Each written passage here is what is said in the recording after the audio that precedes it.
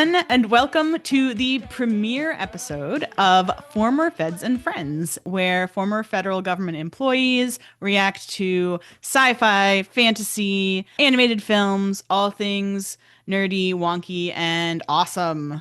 I'm Madeline Velturo. I'm a former stabilization expert with the US government. I am joined here today by my former colleague and good friend, Wes Rist. Wes was one of the go-to atrocity prevention experts at the State Department. Wes, you want to introduce yourself a little bit? Sure. I've worked on atrocity prevention issues for just about 15 years now. I started off working on trying to prosecute, or at least support those prosecuting war criminals, and then got really interested with the community that tries to stop those events before they happen. Excellent. Well, I can think of no better person to be sharing our pilot episode with. You want to tell us what we'll be reacting to today, Wes? Yeah, so universally agreed upon, one of the best Star Wars shows to come out of the new Disney structure is Andor. And in fact, the entire idea for this channel is because we were watching this and texting each other about the scenes in Andor that dealt with mass atrocities. Andor gave a great nuanced perspective of the timeline of how you end up in a situation in which mass atrocities occur. I think for a lot of folks, there's this idea that one day people wake up and decide to go commit mass violence, and that's not true.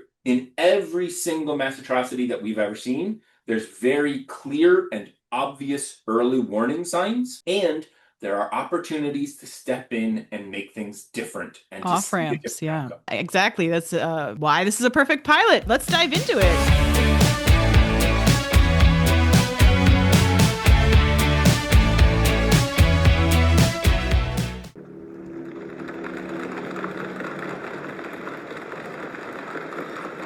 Van Bodogus en Paspoort, Podem Diader Smuleg en Velor, Carapot, si je peux dire. Foladis en Brangasta. Nash Foladis Brangasta. Et vache Tilam Bouvard.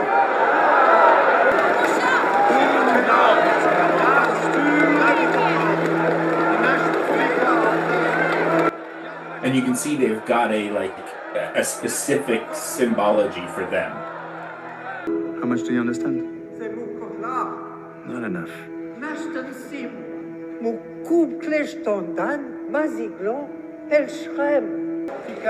She lost her family in the Ghorman Massacre. There was a promise that the new Imperial building would never cast a shadow across the memorial. So this is important. We were promised there would not be a shadow, an Imperial shadow on the new monument. And of course, the mention of the Ghorman Massacre. There's a pre-existing massacre that has occurred in this community's history. Recent. She was a survivor. Her family died. 16 years ago, Grand Moff Tarkin killed 500 peaceful, unarmed Ghormans in the middle of that plaza. You can imagine how upset we would be to find out there's an Imperial military facility rising over the monument to the fallen. There is this reality. The greatest indicator of a mass atrocity risk is a previous mass atrocity that has not been dealt with, that has just been left to fester. We don't have that here.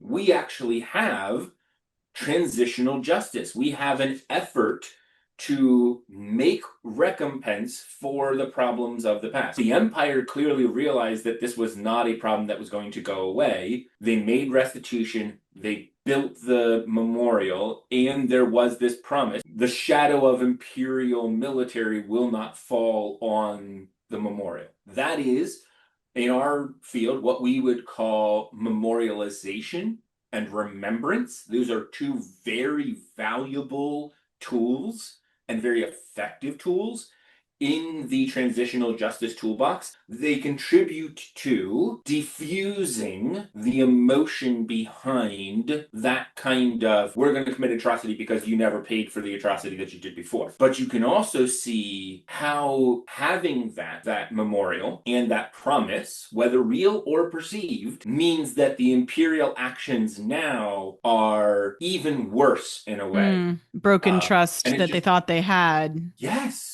Yeah, we had gotten to resolution. We had gotten to peaceful coexistence. And it is now being threatened again for reasons we don't understand, Yep. It is a challenge to navigate local communities in the lack of information and in a lack of trust. Yeah. And trust is this incredibly valuable but also finite resource. Already out and about. How intrepid. And you? How observant. Now the times demand it, don't you think?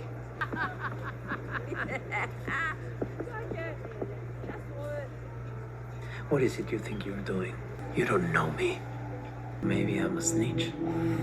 And you're my payday. Maybe you just put everyone you care about into a cell. Amateurs, he's calling them. But that's just you getting lucky. You have no idea who I am. You need to be more careful. It's hard to be patient when your world is falling apart.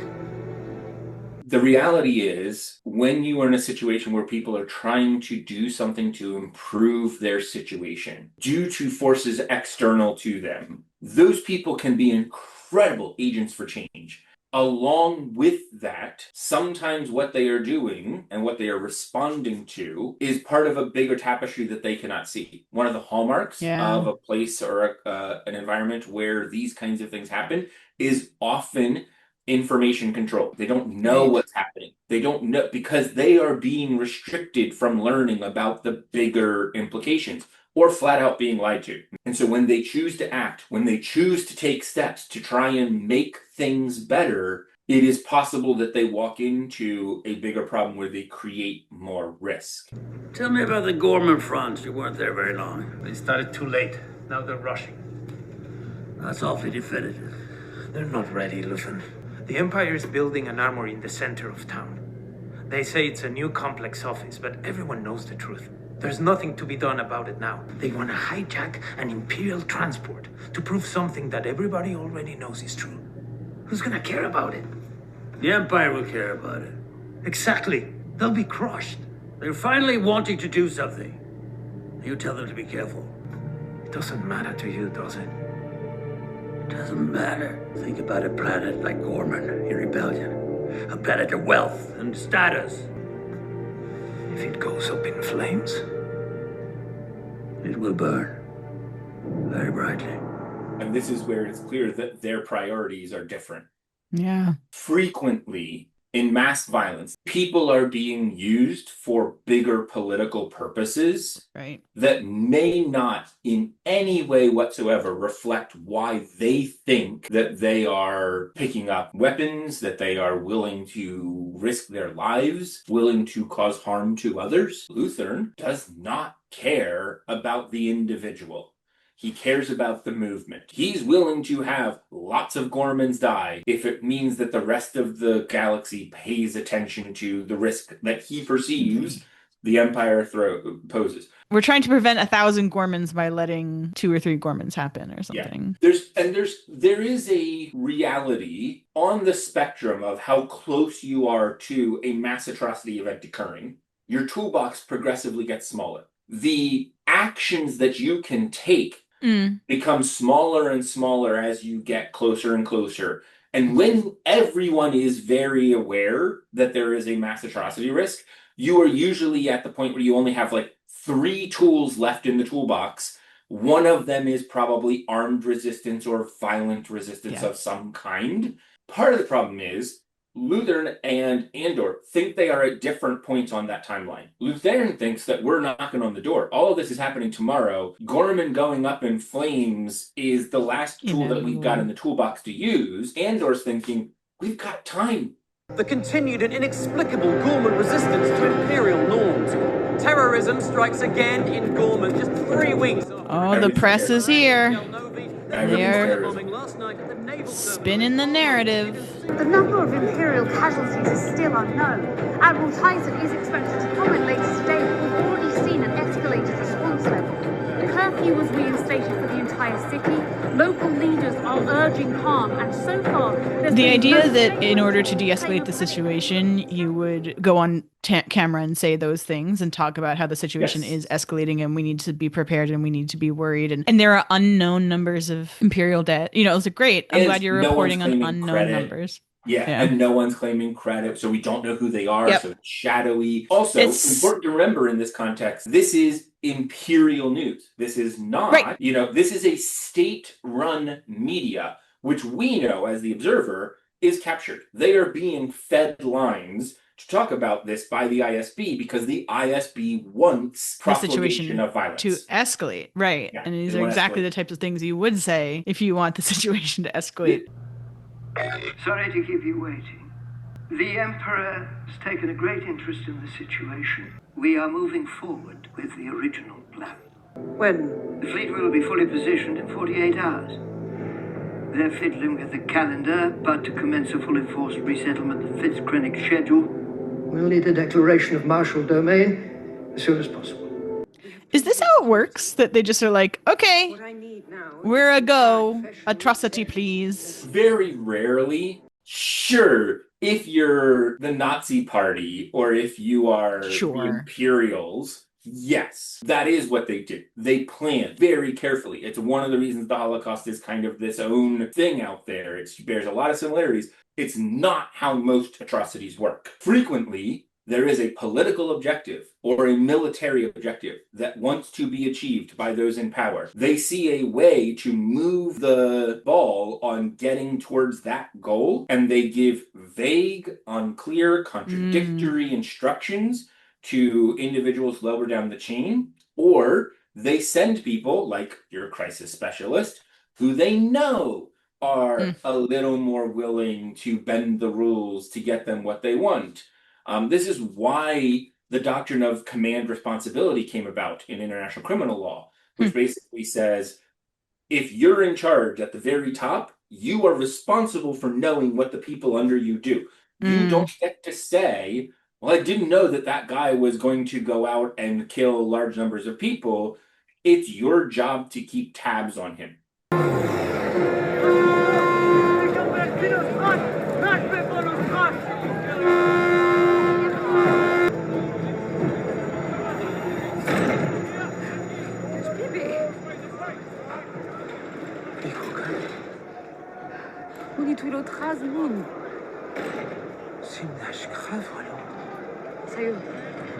Oh, he's figuring it out. He is. And she's still oblivious. Yeah. She thinks this is going to be a great day. She thinks this is the chance to demonstrate resistance. It's such a good example of kind of generational difference.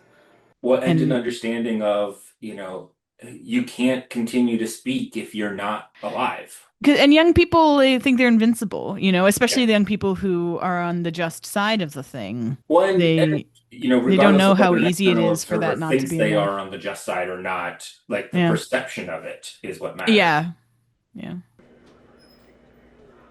That hotel clerk is one of my favorite extra characters. Like, I'm not sure I'll be back.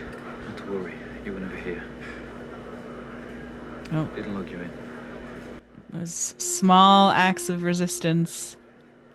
The difference you can make without being on the front lines is constantly underestimated.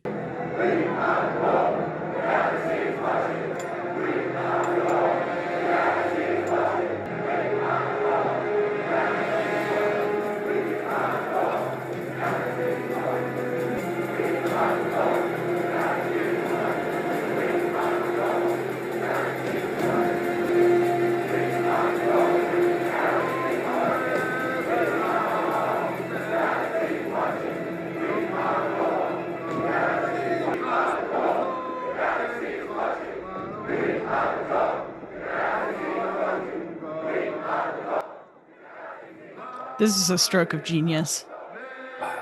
Well, I'm curious. What do you mean narratively, or do you mean like in the experience as it's happening to those people? I think emotionally, because I also see the song as actually a de-escalation. Yeah. Like, in the moment of this, they are appealing to a sense of community that is different from... Now, obviously, you can see the younger folks. Some folks have a hand held up resistance, and others have their arms around people. It means different things to different people. But at least as we understand human physiology, your reactions to a communal song is different than your reactions to protests being chanted at you. I think, were you in a situation in which this wasn't being designed to be an atrocity, this is actually your off-ramp. Like, if someone's there trying to figure out how to navigate this, having a person who goes out, who's unarmed, who's willing to talk, who like takes the cap off, takes the cape off, you know, divests of the officialdom and steps out and says, talk to me. Let's figure out we're how going to be human about this. You could actually resolve it.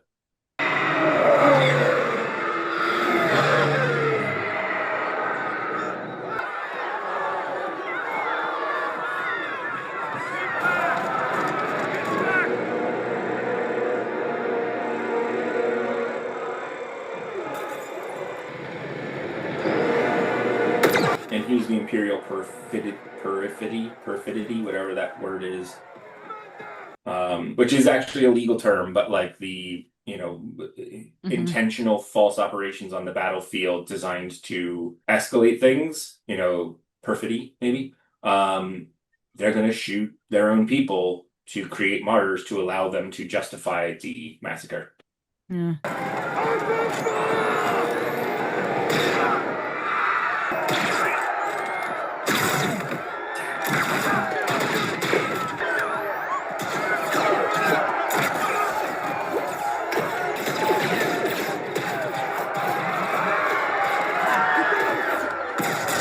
And now both sides believe that they're justified because, see, this is what they were going to do all along. This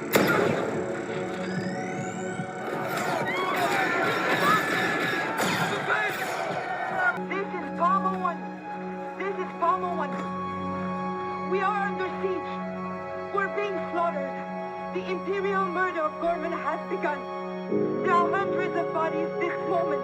As I say these words, hundreds of murdered Ghorman lay dead in Palmer Plaza.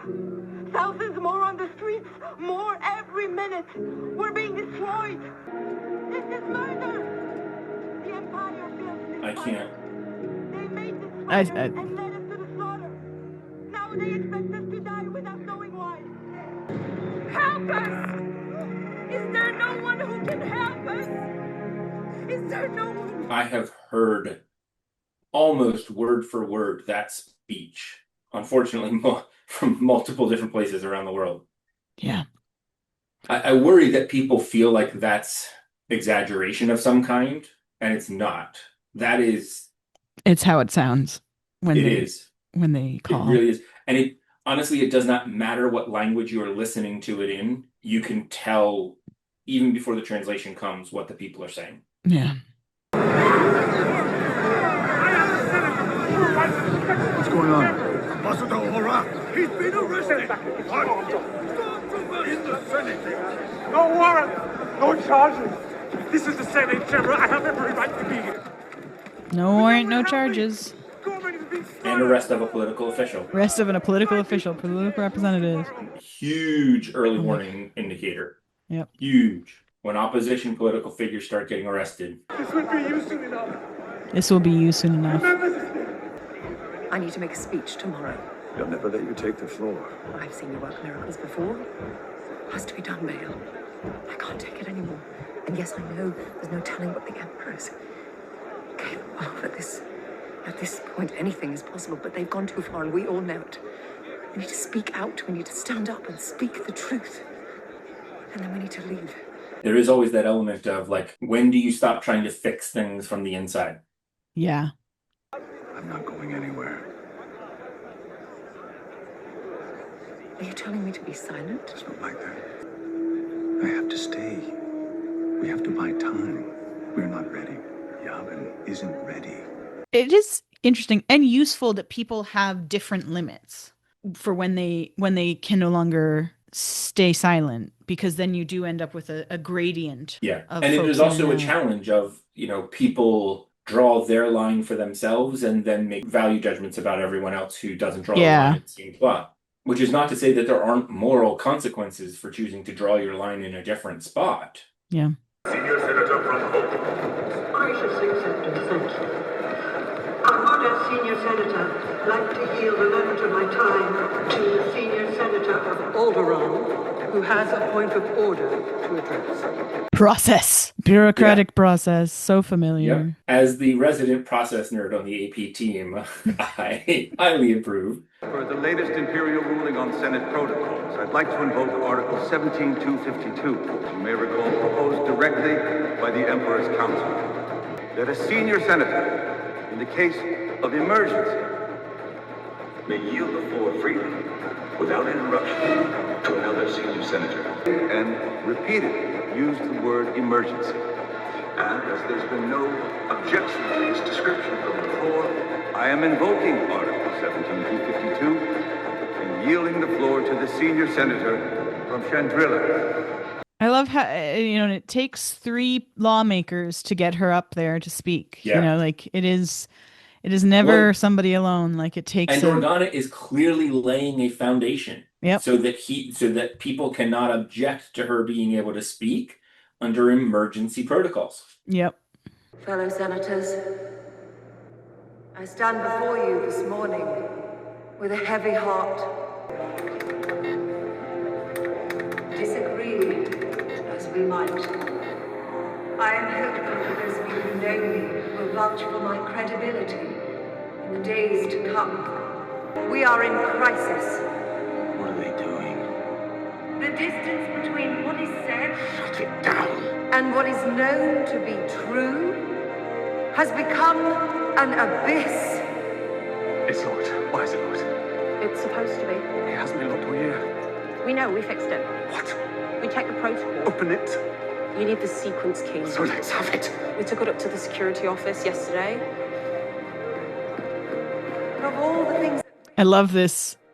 Yeah. This little act of rebellion, act of resistance. It makes all the difference. Yeah. She's allowed to finish. Malicious compliance. That's right, malicious compliance. From our hands, we become vulnerable to the appetite of whatever monster screams the loudest.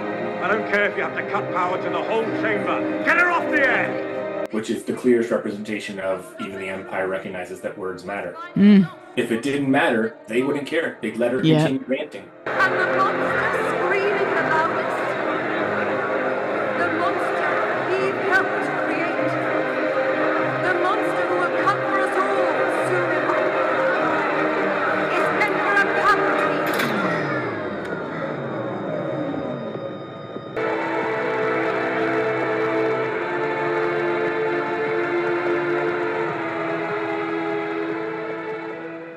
That's all we have time for today. Thank you so much for watching, and a huge thanks to Wes for his expertise. Just a reminder that these reactions are off the cuff, so we are drawing from our background and our experience, but we can't guarantee that every detail that we say is accurate in every context or that it applies the same way in every situation. If you have questions about what we discussed, please leave them in the comments below. We're actually working to develop a deep dive companion podcast, and your questions can help us shape that or our other content. If you want us to react to other Star Wars films or shows, then give this video a big thumbs up to let us know that you liked it, and leave your suggestions for what else we should react to. We want to know what you want to see. We release videos every Tuesday, so be sure to subscribe to the channel so you don't miss our next video. I'm given to understand I'm supposed to tell you to hit a bell somewhere. And finally, everything we produce is available for free. We don't put anything behind a paywall. You can actually thank my younger sister for that. But if you are in a place to support the channel, we do welcome contributions through our Ko-Fi account. And that's linked in the description box below. We'll see you next week. Peace out.